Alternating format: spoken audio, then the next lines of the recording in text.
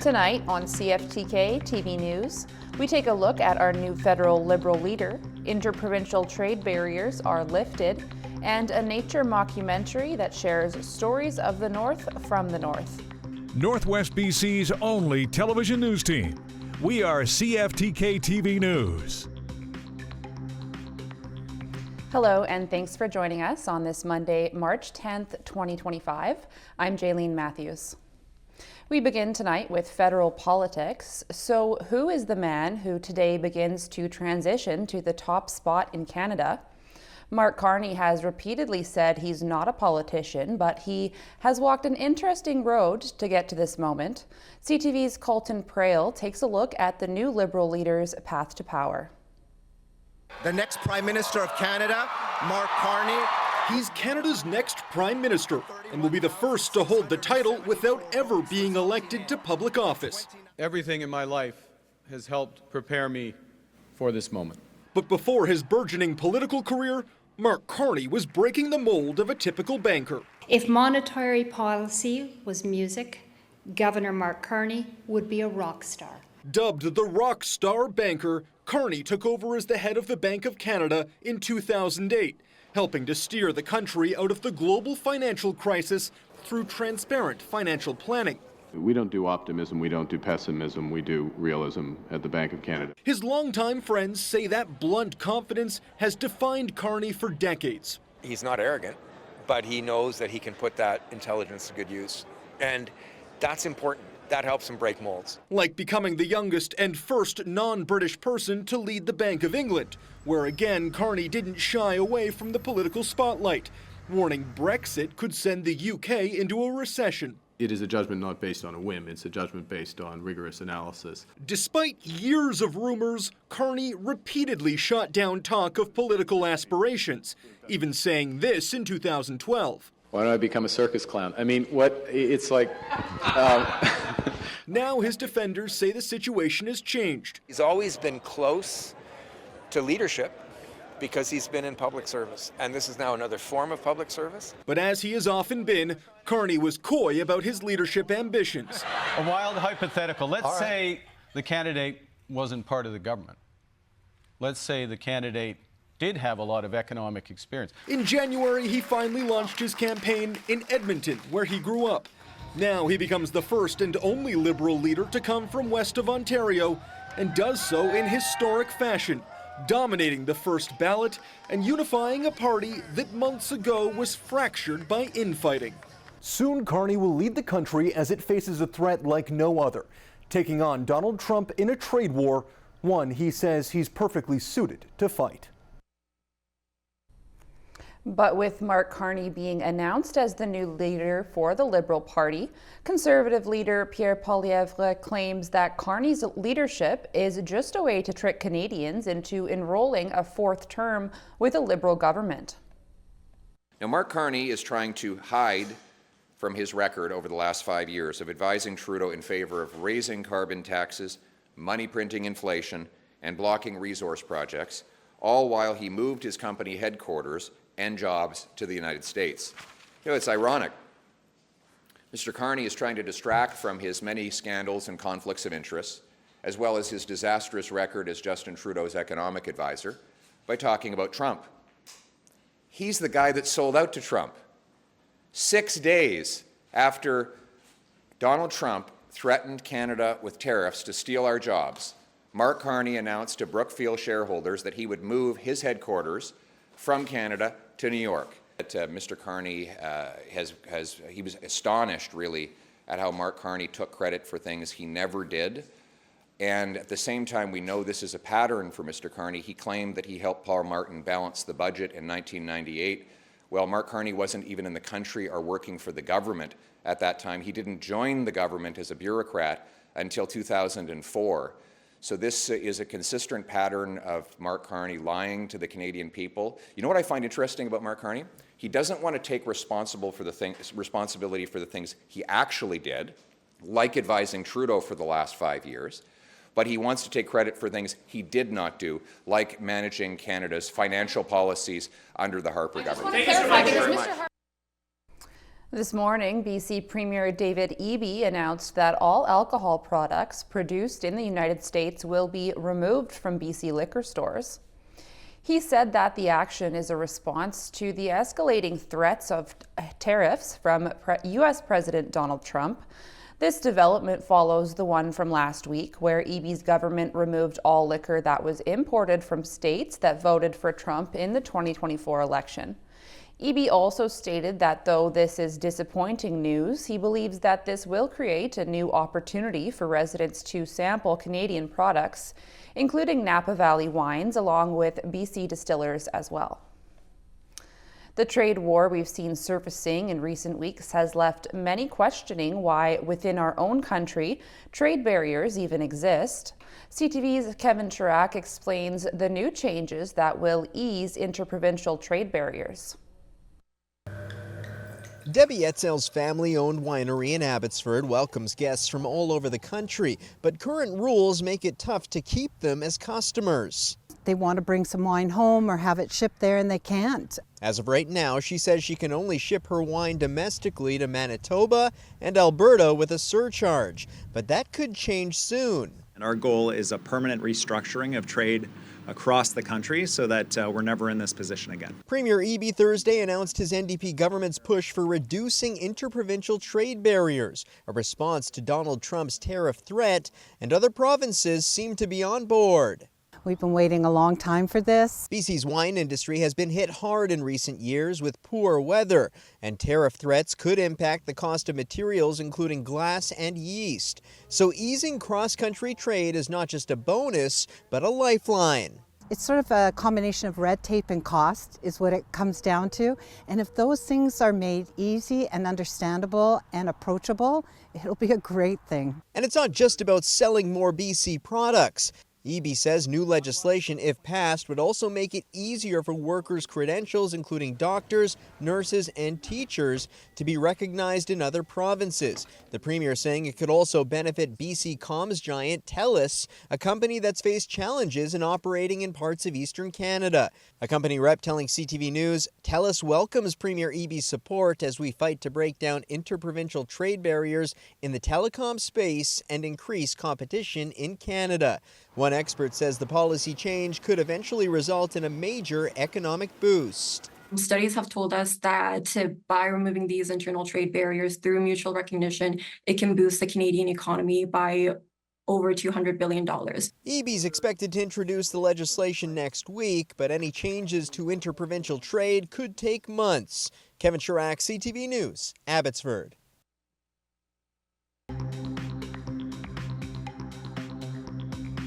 Coming up next, MP Taylor Bachrach reacts to the pharmacare deal.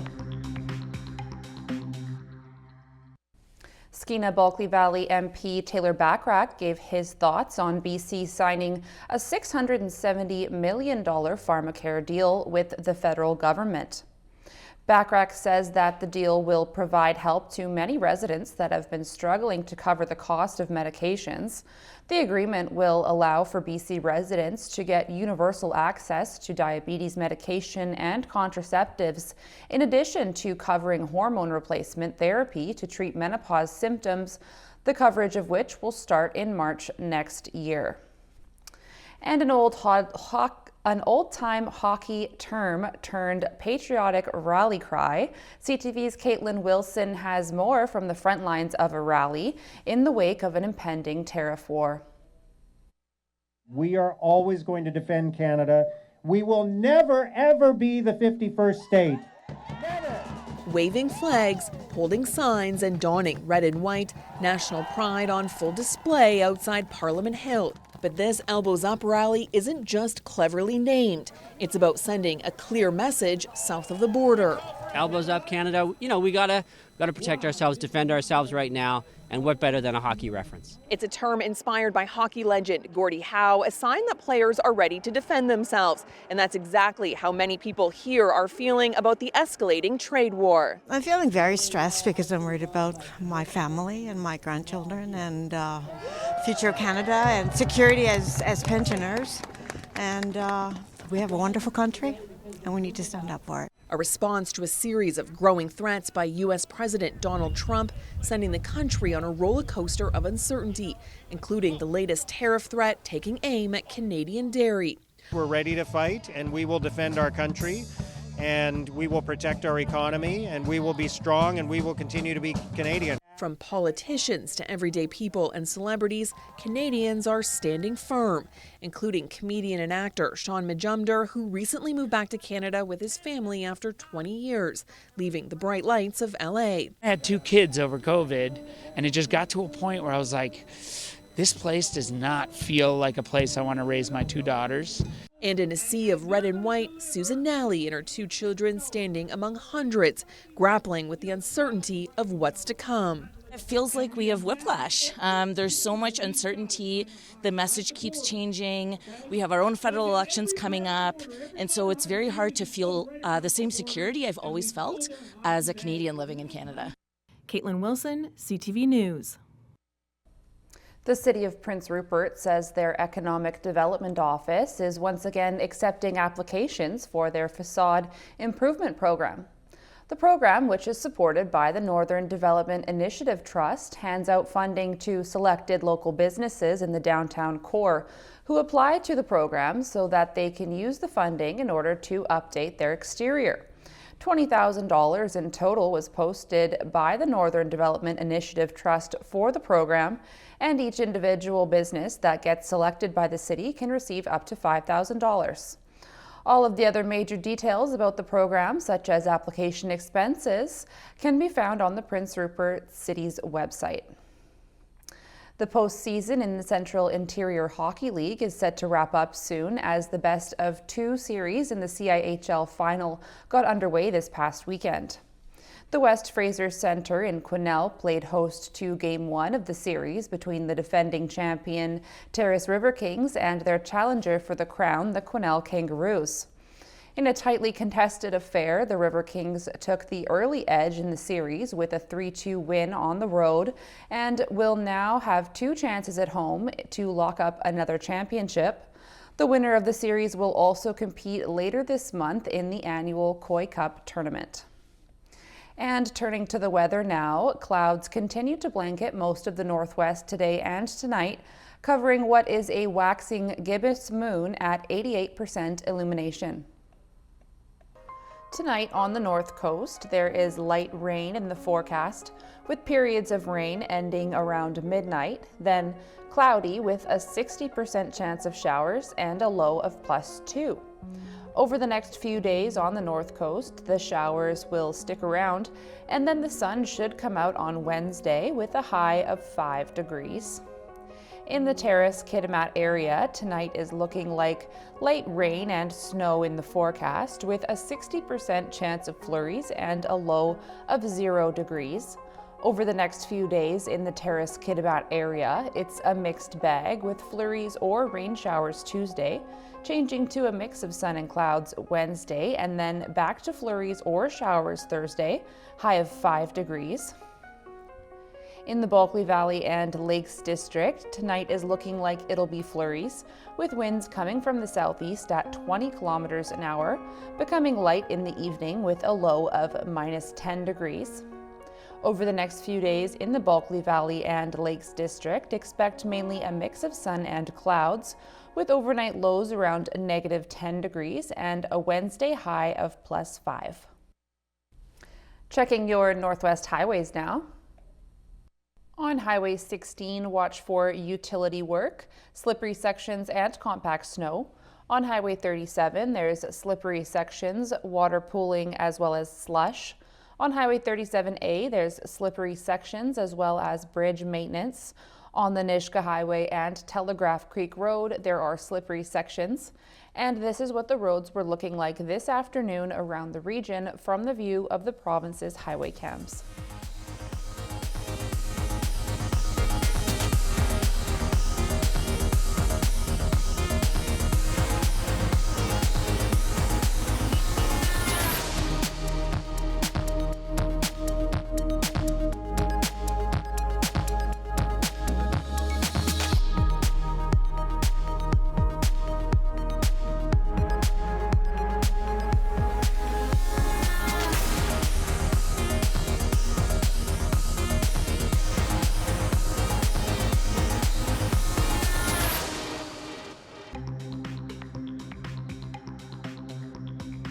Still to come, an unconventional but accurate diagnosis. The Canadian Food Inspection Agency says it has revoked a control zone in BC's Fraser Valley after an outbreak of the bird flu. The agency says the zone was designated back in December after the detection of highly contagious avian influenza. It says primary control zones are revoked after finishing post-outbreak surveillance and detecting no more cases of the disease. On their Budget 2025 Engage Terrace page, the City of Terrace receives various questions from the local population. The city has highlighted some of the high-profile questions that they answered. Questions that were highlighted include: how is Terrace prepping in case of a train derailment? In what ways can local highways be made safer? And what is Terrace doing to improve healthcare? And how can the city possibly end up obtaining a walk-in clinic? Anyone who wishes to see the detailed answers can check out the Budget 2025 section of the city's website. Next, an unlikely source of a shockingly accurate diagnosis. Here's ABC's Rhiannon Ali. This morning, one woman sharing how her wellness tracker prompted her to seek medical attention. I knew something was wrong, but I couldn't figure out exactly what it was. Leading to a startling diagnosis. Every day, my Oura Ring on my app would look like this. I had major signs almost every single day.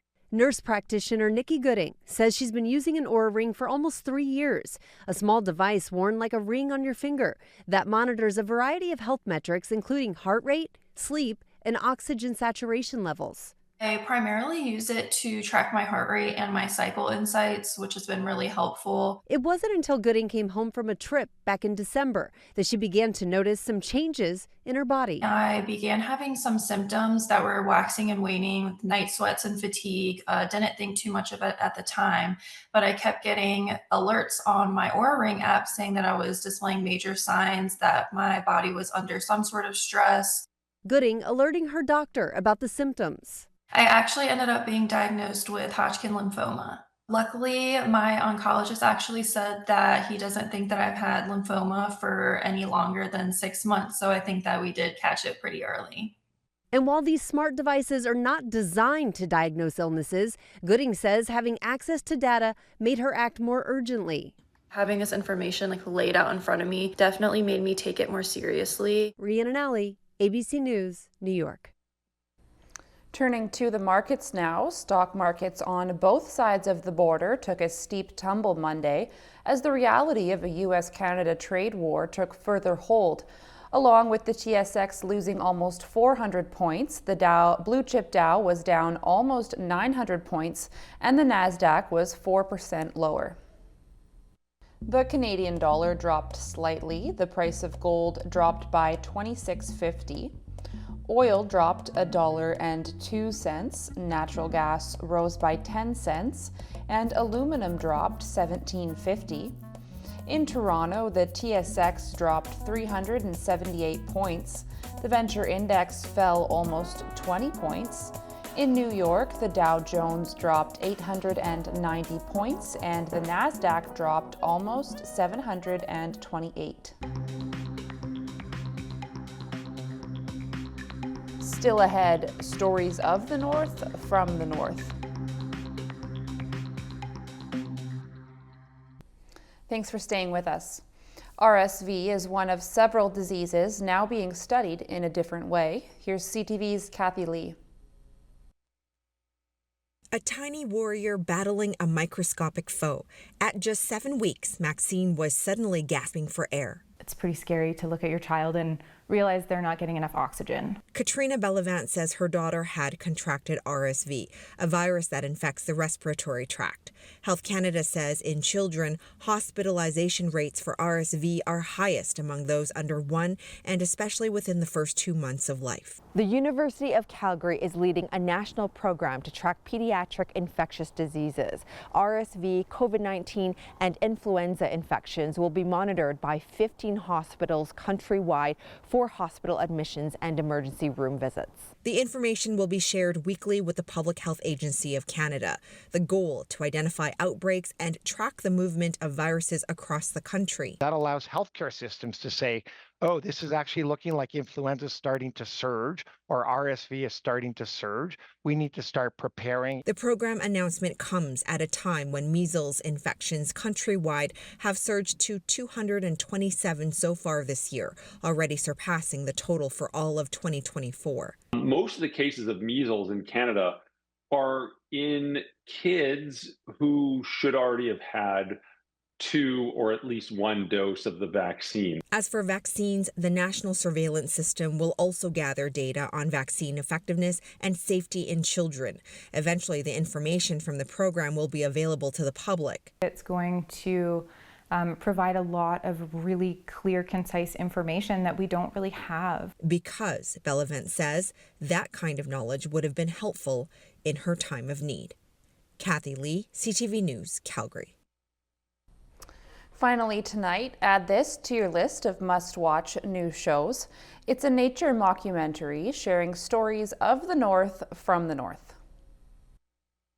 The furriest film crew brings you the stories of the animals who live here. Meet the cast of critters of Northern Tales, a web series that's described as serious and seriously silly about nature. All right, team. This episode might put us in the face of danger. Created by Kelly Milner and her late father, Bob Hayes, a field biologist in Yukon Territory. His ideas helped draft the characters, all based on the biological characteristics of each species, with a touch of pop culture to make them relatable. Deemed a wildlife mockumentary, the idea was teach in a way that is fun. It's really to get people to understand sort of the relationship that we all have between, the animals that live in the boreal forest and the boreal forest and the rest of the world. Using humor and an adventurous storyline, they immerse viewers in the exhilarating world of wildlife and one of the largest ecosystems on the planet. Hayes never saw the production completed, but Milner and her own cast of fierce creatives, writers, producers, and puppeteers brought his ideas to life. I think Bob would love this production. It's kind of nice to have a little legacy piece to share with the world. That was his idea. At a time when AI and digital animation is consuming our entertainment forums, Northern Tales brings it back to the basics. I think the thing about these puppets is that you cannot fake how they're just not real. I mean, you can see their seams, you could see the arm rods. Adding to the joy for the people behind the puppets. There's something so magical about puppets, and you put them on and you are not in control anymore. I'll tell you that. Sharing stories of the North from the North. A dream come true. I've always had to leave the territory to do my puppeteering. We are the ones who call the North our home, and we're not queer. That's our news for now. Thanks for watching. For more local news, you can find us on cftktv.com. All of our newscasts also go up on our YouTube page. Have a great evening.